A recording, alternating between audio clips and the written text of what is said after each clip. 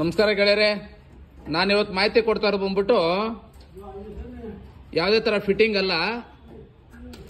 ಈ outside fitting ಮಾಡುವಂತ CNG ಗಾಡಿಗಳು, ಯಾವುದೇ ಗಾಡಿ ಆಗಲಿ ಔಟ್ಸೈಡ್ ಯಾವ್ದಾದ್ರು ಫಿಟ್ಟಿಂಗ್ ಮಾಡಿಸ್ತಾರೆ ಎಲ್ಲಾ ಗಾಡಿಗಳಿಗೂ ಏನ್ ಪ್ರಾಬ್ಲಮ್ ಬರುತ್ತೆ, ಯಾವ ತರ ಮೇಂಟೈನ್ ಮಾಡ್ಬೇಕು ಅನ್ನೋದ್ರ ಬಗ್ಗೆ ಇದು.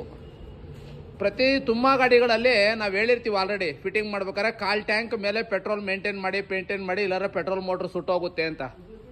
ಬಟ್ ಜನ ಕೆಲವ್ರು ಮರ್ತೋಗೋ ಅಥವಾ ಏನು ಆಗಲ್ಲ ಅಂತಾನೋ ಆಮೇಲೆ ಹಾಕ್ಸೋಣ ಅಂತಾನೋ ಹಂಗೆ ಓಡಿಸ್ಬಿಡ್ತಾರೆ. ನೀವು ಇಲ್ಲಿ ನೋಡ್ಬೋದು ಒಳಗಡೆ ಯಾವ ತರ ಸುಟ್ಟೋಗಿದೆ ಅಂತ. ನೀವು ಇಲ್ಲಿ ನೋಡಿ ಕಾಣಿಸ್ತಿದ್ಯಾ? ಈ ತರ ಸುಟ್ಟೋಗಿ ಫುಲ್ಲು ಫ್ಯೂಲ್ ಪಂಪ್ ಸೆಟ್ಟೇ ಮೆಲ್ಟ್ ಆಗ್ಬಿಟ್ಟಿದೆ ನೋಡಿ. ಒಳಗಡೆ ನೀವು ಇಲ್ಲಿ ನೋಡ್ಬೋದು, ಒಳಗಡೆ ಸುಟ್ಟು ಮೆಲ್ಟ್ ಆಗ್ಬಿಟ್ಟಿದೆ ನೋಡಿ. ಬರೀ ಮೋಟ್ರು, ಕೆಲವು ಗಾಡಿಗಳಲ್ಲಿ ಬರೀ ಮೋಟ್ರು ಸುಟ್ಟೋಗುತ್ತೆ. ಅಂಥ ಟೈಮಲ್ಲಿ ಏನು ಮಾಡ್ತೀವಿ, ಬರೀ ಮೋಟ್ರ್ ಹಾಕ್ಕೋಬೋದು, ಕಡಿಮೆ ಖರ್ಚಲ್ಲಿ ಆಗ್ಬಿಡುತ್ತೆ. ಹಿಂಗೆ ಈ ಥರ ಫುಲ್ ಎಲ್ಲ ಸುಟ್ಟೋಗ್ಬಿಟ್ರೆ ಅಸೆಂಬ್ಲಿನೇ ಹಾಕಬೇಕು.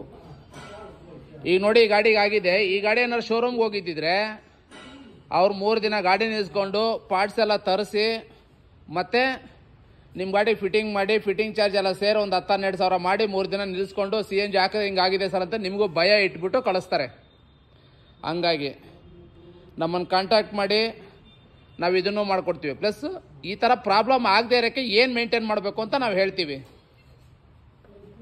ನೀವು ಹೊರಗಡೆ ಯಾವುದೇ ಗಾಡಿಗೆ CNG ಹಾಕಿರಲಿ, ಪೆಟ್ರೋಲ್ ಬಂದ್ಬಿಟ್ಟು ಕಾಲ್ ಟ್ಯಾಂಕ್ ಇಟ್ಬಿಡ್ಬೇಕು ಗಾಡಿಯಲ್ಲಿ. ಕಾಲ್ ಟ್ಯಾಂಕ್ ಬರ್ತಿದ್ದಂಗೆ 1000ಕ್ಕೆ 2000ಕ್ಕೆ ಹಾಕೋಬೇಕು, ಓಡಿಸ್ಕೋಬೇಕು.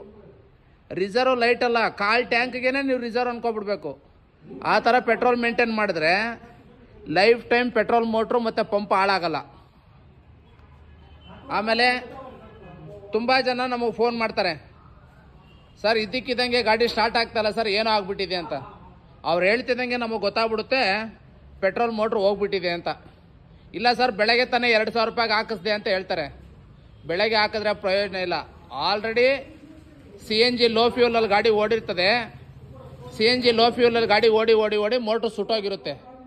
ಸುಟ್ಟೋದ್ಮೇಲೆ ನೀವು 2000 ಅಲ್ಲ, ಫುಲ್ ಟ್ಯಾಂಕ್ ಹಾಕಿದ್ರು ಅದು ಗಾಡಿ ಸ್ಟಾರ್ಟ್ ಆಗಲ್ಲ. ಯಾಕಂದರೆ ಮೋಟ್ರ್ ಆಲ್ರೆಡಿ ಈ ಥರ ಸುಟ್ಟೋಗಿರುತ್ತೆ. ನೀವು ಇಲ್ಲಿ ನೋಡ್ಬೋದು, ಒಳಗಡೆ ನೋಡಿ, ಹೊರಗಡೆ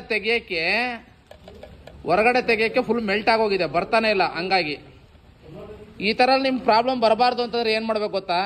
ಒಂದು ಕಾಲ್ ಟ್ಯಾಂಕ್ಗಿಂತ ಕಡಿಮೆ ಯಾವುದೇ ಕಾರಣಕ್ಕೂ ಪೆಟ್ರೋಲ್ ಬರಬಾರ್ದು, ಆ ಥರ ಮೇಂಟೈನ್ ಮಾಡಬೇಕು.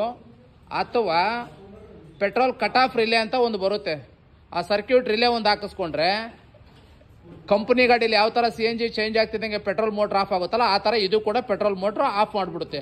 ಆವಾಗ ನೀವು ಪೆಟ್ರೋಲ್ ರಿಸರ್ವಲ್ಲಿ ಇಟ್ಕೊಂಡ್ರೂ ತೊಂದರೆ ಇಲ್ಲ, ಅರ್ಧ ಟ್ಯಾಂಕು ಕಾಲ್ ಟ್ಯಾಂಕ್ ಇಟ್ಕೊಂಡ್ರೂ ತೊಂದರೆ ಇಲ್ಲ. ನಾವು ಫಿಟ್ಟಿಂಗ್ ಟೈಮಲ್ಲಿ ಏನಕ್ಕೆ ರಿಲೇ ಹಾಕಲ್ಲ ಅದು ಇದು ಅಂತಂದರೆ ಬಜೆಟ್ ಜಾಸ್ತಿ ಆಗಿಬಿಡುತ್ತೆ. ಹಂಗಾಗಿ ಕಸ್ಟಮರ್ಗಳು ಒಪ್ಪಲ್ಲ ಅನ್ನೋ ಉದ್ದೇಶಕ್ಕೇ ಹಾಕಿರಲ್ಲ. ನಿಮ್ಗೆ ಯಾರು ರಿಲೇ ಬೇಕು ಅಂತಾರೆ ನೀವು ಹಾಕಿಸ್ಕೋಬೋದು ಅದು, ಓಕೆನಾ? ಈ ಥರ ಹಿಂಗೆ ನೀವು ಅಷ್ಟೇ ದಯವಿಟ್ಟು ಪೆಟ್ರೋಲ್ ಮೇಂಟೈನ್ ಮಾಡಿ, ಆವಾಗ ಗಾಡಿ ನಿಮಗೆ ಎಲ್ಲೂ ಕೈ ಕೊಡಲ್ಲ. ಈ ಪೆಟ್ರೋಲ್ ಮೋಟ್ರ್ ಹೋದಾಗ ಏನಾಗುತ್ತೆ, ಗಾಡಿಯಲ್ಲಿ ಏನಾದ್ರು CNG ಇತ್ತು ಅಂದರೆ ಪರವಾಗಿಲ್ಲ, ಡೈರೆಕ್ಟಾಗಿ ಗಾಡಿ CNG ಸ್ಟಾರ್ಟ್ ಆಗುತ್ತೆ. ಸ್ಟಾರ್ಟ್ ಮಾಡ್ಕೊಂಡು ನೀವು ಗ್ಯಾರೇಜ್ಗೋ ಶೋರೂಮ್ಗೋ ಎಲ್ಲ ಕಡೆ ಬರ್ಬೋದು. ಬೈ ಚಾನ್ಸ್ ಏನಾದ್ರು ಗ್ಯಾಸ್ ಖಾಲಿ ಆಗ್ಬಿಡ್ತು ಅಂತ ಇಟ್ಕೊಳ್ಳಿ, ಪೆಟ್ರೋಲ್ ಮೋಟ್ರ್ ಹೋದಾಗ ಈ ಕಡೆ ಪೆಟ್ರೋಲ್ ಮೋಟ್ರ್ ಇರಲ್ಲ, ಆ ಕಡೆ ಗ್ಯಾಸು ಇರಲ್ಲ, ಗಾಡಿ ಸ್ಟಾರ್ಟೇ ಆಗಲ್ಲ. ಒಂದು ಟೋ ಮಾಡ್ಕೊಂಡೇ ಬರಬೇಕಾಗುತ್ತೆ ನೀವು. ಹಂಗಾಗಿ ಪೆಟ್ರೋಲ್ ಮೇಂಟೈನ್ ಮಾಡಿ. ಇಲ್ಲ ಅಂತಂದರೆ ಕಟ್ಔಟ್ ರಿಲೇ ಹಾಕಿಸ್ಕೊಳ್ಳಿ.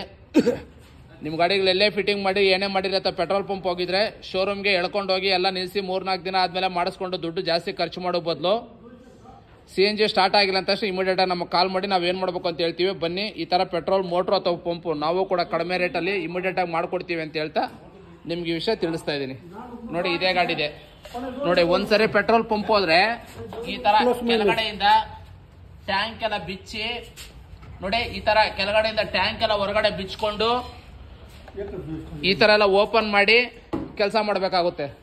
ಹಂಗಾಗಿ ಪೆಟ್ರೋಲ್ ಮೇಂಟೈನ್ ಮಾಡಿ, ನಿಮ್ಮದು ಕೂಡ ಮೋಟ್ರ್ ಹಾಳಾಗಲ್ಲ ಮತ್ತು ಟೆನ್ಷನ್ ಆಗಲ್ಲ ಅಂತ ಹೇಳ್ತಾ ಈ ವಿಡಿಯೋದಲ್ಲಿ ತಿಳಿಸ್ತಾ ಇದ್ದೀನಿ. ಅಥವಾ ಪೆಟ್ರೋಲ್ ಮೇಂಟೈನ್ ಮಾಡೋದು ಸ್ವಲ್ಪ ಆ ಕಡೆ ಈ ಕಡೆ ಆಗುತ್ತೆ, ನಮ್ಮ ಡ್ರೈವರ್ಗಳು ಫಾಲೋ ಮಾಡಲ್ಲ ಅನ್ನೋರಿದ್ರೆ ದಯವಿಟ್ಟು ಪೆಟ್ರೋಲ್ ರಿಲೇ ಒಂದು ಬರ್ತದೆ, ರಿಲೇ ಹಾಕಿಸ್ಕೊಬಿಡಿ.